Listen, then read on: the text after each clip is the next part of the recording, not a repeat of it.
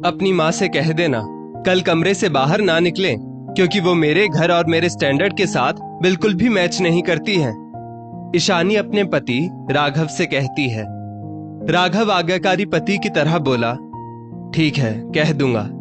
अगले दिन राघव अपनी माँ जमुना जी से बोला, माँ आज आप अपने कमरे में ही रहना।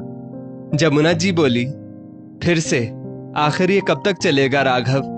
अपने ही बेटे के घर में कैदी बनकर मैं कब तक रहूंगी? क्या फिर आज बहू की सहेलियां आ रही हैं? राघव कुछ कह पाता उससे पहले ही ईशानी वहां आ गई और बोली, हाँ आ रही है, आपको कोई दिक्कत?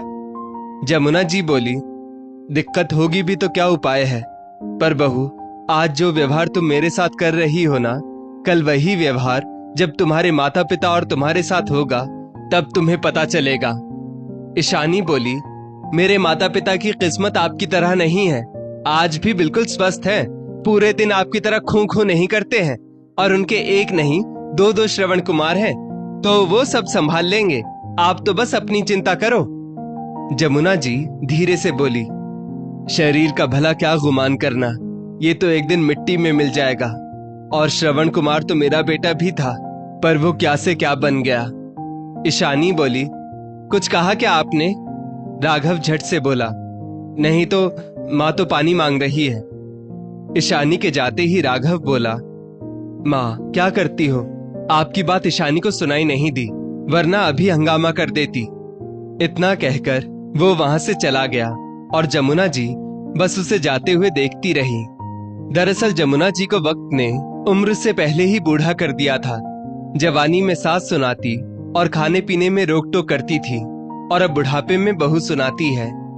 ईशानी का कोई रिश्तेदार या फिर सहेलियां घर पर आ जाएं, तो वो जमुना जी को उनके कमरे से बाहर नहीं निकलने देती थी, और ईशानी को ऐसा करते देख उसके बच्चे भी अपनी दादी के पास आना पसंद नहीं करते थे। जमुना जी एक रोज अपने बेटे राघव से बोली, बेटा देखा जाए तो तेरे घर में कोई कमी नहीं है, तुम्हारे जुड़वा बच्चे ईशा और रवि दोनों बड़े स्कूल में पढ़ते हैं, फिर भी कमी है तो सिर्फ संस्कारों की, जो माता पिता से आते हैं। जब जमुना जी को राघव से बात करते देखा तो ईशानी ने पूछा, क्या बात है, आज बहुत देर तक बात हो रही थी माँ से? आपको पता है ना मुझे आपका उनसे बात करना पसंद नहीं। राघव बोला, जब तुम्हें मेरी माँ पसंद नहीं तो तुमने मुझसे शादी ही क्यों की थी? ईशानी बोली, आपकी माँ तो शुरू से ही मुझे पसंद नहीं, और शादी के लिए भी हाँ मैंने इसलिए की थी क्योंकि आपकी सरकारी नौकरी थी। पहले भी मैं घर पर अपने किसी दोस्त या रिश्तेदार को बुलाना पसंद नहीं करती थी, कहीं वो मेरा मजाक ना उड़ाए, पर अब इतने साल बाद तो वो आएंगे ही, इसलिए अपनी माँ को सख्त हिदायत देना कि जब मेरे दोस्त आए या कोई मेहमान घर पर आए तो वो अपने कमरे से बाहर भी ना निकले। और तब से ये सिलसिला चला आ रहा है। खैर आज ईशानी बहुत दिनों बाद जमुना जी के कमरे में गई और बोली, मम्मी जी राघव ने आपको बताया ही होगा कि आज मेरी सहेलियां आने वाली है, इसलिए आपको जो चाहिए वो पहले ही अपने कमरे में रख लीजिए, ताकि आपको उन लोगों के सामने आने की जरूरत ना पड़े। और हाँ, आपकी जरा सी भी आवाज नहीं आनी चाहिए बाहर, दिन भर देखो तो बस खांसती रहती है। जमुना जी बोली, बहू तुम जानती हो मुझे खांसी है, आखिर मैं खांसना कैसे बंद कर सकती हूँ? ईशानी बोली, मुझे नहीं पता, बस मुझे आपकी आवाज नहीं आनी चाहिए। इतना कहकर वो उनके कमरे का दरवाजा बंद करके बाहर आ गई। कुछ देर बाद बाहर पार्टी का दौर चल रहा था, नाश्ता वगैरह सब कामवाली दे रही थी। तभी ईशानी की एक सहेली रूपा बोली, ईशानी तुम घर में अकेली हो, कोई भी दिखाई नहीं दे रहा। ईशानी बोली, हाँ बच्चे स्कूल गए हैं, पति ऑफिस में और मैं यहाँ। रूपा बोली, मैंने तो सुना था कि तेरी सास है, वो कहाँ है? इतने सालों में एक बार नहीं मिले हम उनसे। ईशानी बोली, मम्मी जी घर पर नहीं है, वो तो अपनी सहेलियों के साथ शॉपिंग करने बाहर गई है। और बात टल गई। इधर जमुना जी अपनी खांसी रोकने के लिए तकिए में मुंह दबाकर खांस रही थी, ताकि आवाज बाहर ना जा सके, पर जैसे ही वो अपनी दवाई लेने के लिए उठी तो उनको खांसी होने लगी। रूपा बोली, अरे अंदर कोई है क्या?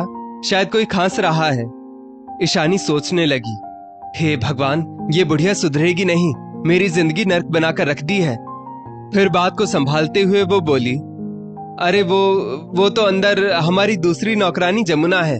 बुजुर्ग है, इसलिए बुढ़ापे में खांसती रहती है, पर उससे काम की जरूरत है, इसलिए उसे हटाते भी नहीं है।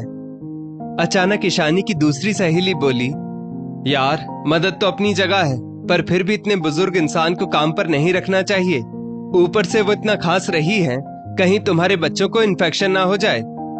ईशानी बात को बदलते हुए बोली, ठीक है मैं देखती हूँ, अभी तो तुम सब पार्टी एंजॉय करो ना, क्या ही बात लेकर बैठ गई हो।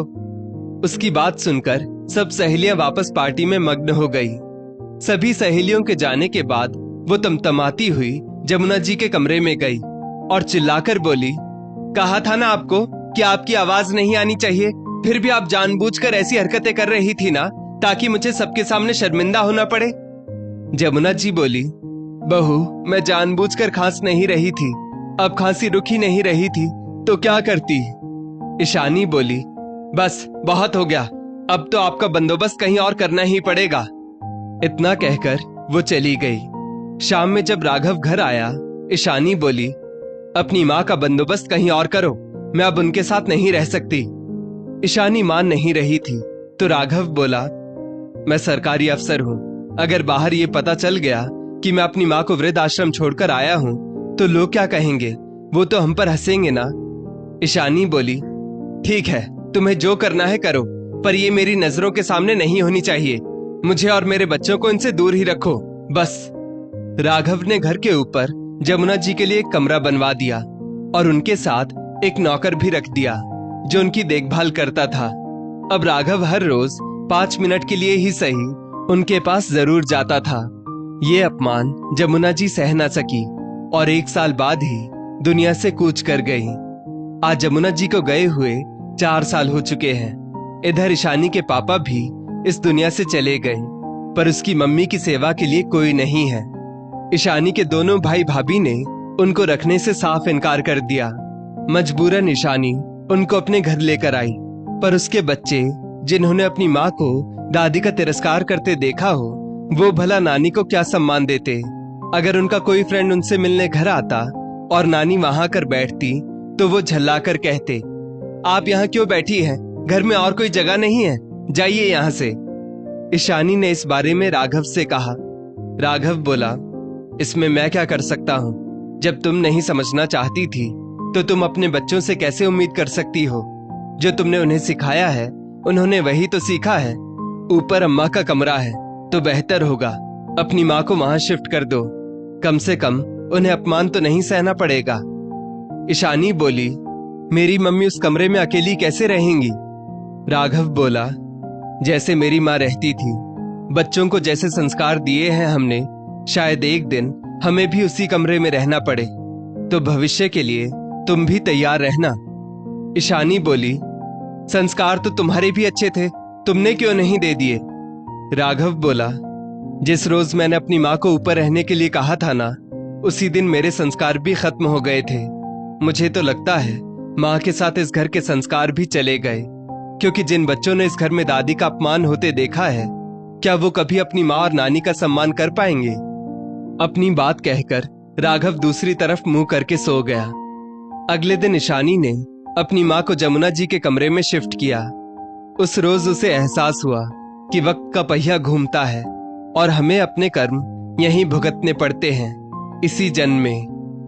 दोस्तों, हर इंसान इस सच्चाई से अवगत होता है, फिर भी पहले अपने आने वाले भविष्य को खराब करता है और अपनी आने वाली पीढ़ी को गलत करना भी खुद ही सिखाता है। इस स्टोरी को लेकर आपकी क्या राय है? नीचे कमेंट करके जरूर बताइएगा और ऐसी ही और भी बेहतरीन वीडियोस के लिए हमारा पेज जरूर फॉलो करें। धन्यवाद।